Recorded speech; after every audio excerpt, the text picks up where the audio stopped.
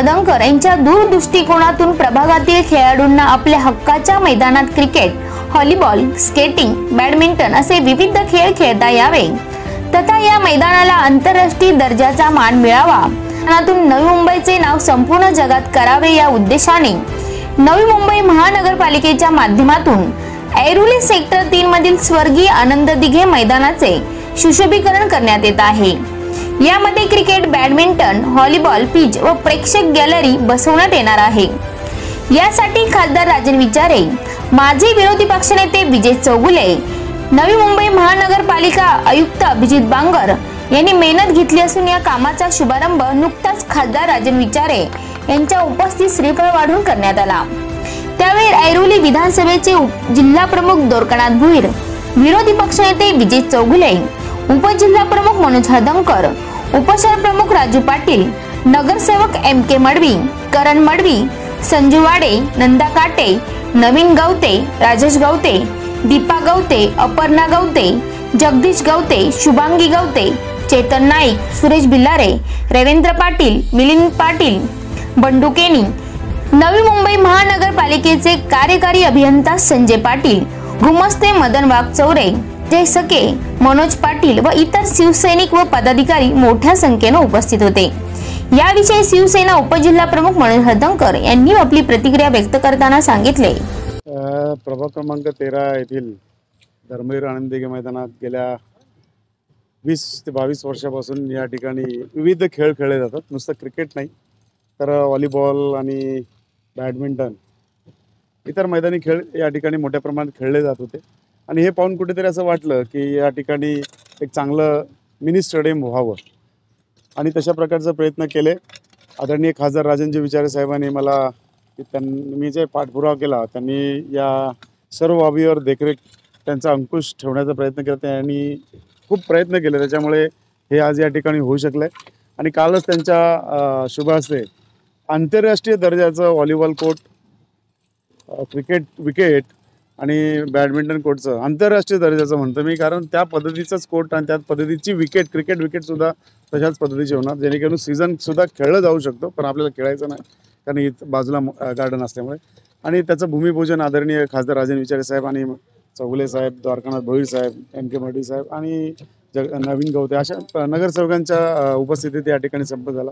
मला सांगायला आनंद सुद्धा होतोय कारण या ठिकाणी मोठ्या प्रमाणात बॅडमिंटन खेळणारे माझे खेळाडू हे आंतरराष्ट्रीय स्तरावर खेळले गेले पाहिजेत, त्यांना कुठेतरी पाठबळ दिलं गेलं पाहिजे। व्हॉलीबॉल खेळणारे मंडळी 2 खेळाडू तर नॅशनल लेवलला खेळत आहेत। मला त्याचा आनंद होतोय की नवी मुंबई महानगरपालिकेचं प्रतिनिधित्व करणारी खेळाडू या ठिकाणी घडत आहेत आणि त्यांना कुठेतरी चांगला व्यासपीठ, चांगलं मैदान या ठिकाणी उपलब्ध करून देण्यासाठी या ठिकाणी मी गेल्या 2 वर्षापासून प्रामाणिक प्रयत्न करतोय आणि त्या प्रयत्नाला यश होतंय। परंतु काही विघ्न संतोषी लोक या प्रभागात आहेत ज्यांना हे आवडलेलं नाही, त्यांना मी काय प्रश्न चिंताग्रस्त माझा जो मित्र आहे ज्याने त्याने फलक या ठिकाणी लागला सांगेल नक्की त्याला काय म्हणायचं आहे त्यालाच कळलेलं दिसत नाहीये, कारण खेळाचं मैदान आहे, खेळण्यासाठीच बनवलेलं आहे आणि ही जी भिंत त्यांनी 3 मीटर पुढे घेण्यासाठी सांगितलेले, तर माझ्यासोबत इथेच खेळणारे काही खेळाडू माझ्यासोबत आले होते, सन्माननीय आयुक्तांना भेटले। 3 मीटरचा रस्ता मागे जो होता तो 3 मीटर रस्ता मागे घेऊन कंपाऊंड मिळाले, जे आपल्याला पुढे हवे ते आपण मागे घेतलेलं आहे आणि याच विघ्न संतोषी मंडळींनी या ठिकाणी 9 मीटरचा रस्ता आहे आणि तो रस्ता सेक्टर 19ला जाण्याचा मार्ग आहे तो खुला करून द्यावा याकरता कमिशनर साहेबांना त्यांना दिशाभूल केली। वास्तविकता 3 मीटरचा वॉकेबिलिटी रस्ता आहे आणि तो या कंपाऊंड वॉलला जाऊन संपतोय आणि असं निदर्शन आणल्यामुळे त्याला 2-3 महिन्याचा कालावधी गेला आणि या कालावधीमध्ये संपलं असतं। आज क्रिकेट खेळण्यापासून जे वंचित आहेत ना हे स्वतः या ठिकाणी कारणीभूत आहेत, कारण त्यांनी कमिशनर साहेबांना दिशाभूल करण्याचा प्रयत्न केलाय। हे कोणाच्या मालकीचं, कोणाच्या बापाचं मैदान नाही आहे, हे खरं आहे। हे मैदान सेक्टर 3च्या खेळाडूंकरता या ठिकाणच्या महानगरपालिकेची वास्तू आहे आणि या वास्तूचा चांगल्या प्रकारे वापर या ठिकाणी व्हावा असा उदात्त हेतू मनामध्ये बाळगून या मैदानाचा विकसित करण्याचा प्रामाणिक प्रयत्न केलाय, कारण या मैदानाला दिघे साहेबांचं नाव आहे आणि त्यांना शोभेल साजेल अशा प्रकारचं काम या ठिकाणी आम्ही करतोय। हा अट्टास या ठिकाणी केलाय त्या त्रस्त खेळाडूला सांगेन की ही जी 3 मीटरची भिंत आहे, ही 3 मीटरची भिंत मैदानाच्या व्यतिरिक्त आपल्याला घ्यायची असेल तर वापरात बदल करण्याकरता महाराष्ट्र शासनाच्या परवानगीची गरज असते, म्हणजे महाराष्ट्र शासनाच्या मंजुरी करता ती जाते. याला खूप मोठा कालावधी लागतो, जेणेकरून मैदान डिस्टर्ब करण्याचा या ठिकाणी कुठला हेतू नाही, परंतु मैदानापेक्षा जास्त मंडळी त्या उद्यानामध्ये असतात. या ठिकाणी क्रिकेट खेळणारे 22 आहेत, तर उद्यानामध्ये 2200 लोक रोजचे दैनंदिन त्यांचा हे असतो. हे कुठेतरी म्हणजे सेफ्टी असावं याकरता शॉकप्रूफ जाळी आणि या भिंतीच्या वरती 3 मीटरची 6 मीटरची जाळी, जेणेकरून खेळणारा चेंडू हा गार्डनमध्ये जाऊ नये, या हेतून हा सगळं नियोजन व्यवस्थित केलेलं आहे.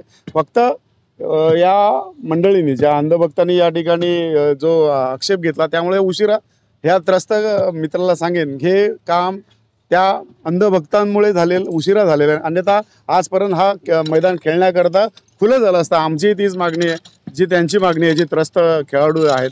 तर मी या त्रस्त खेळाडूंना सांगेन की ज्यांनी या ठिकाणी 9 मीटरचा खोटा रस्ता दाखवण्याचा प्रयत्न केला, त्या अंधभक्तांना प्रश्न विचारा.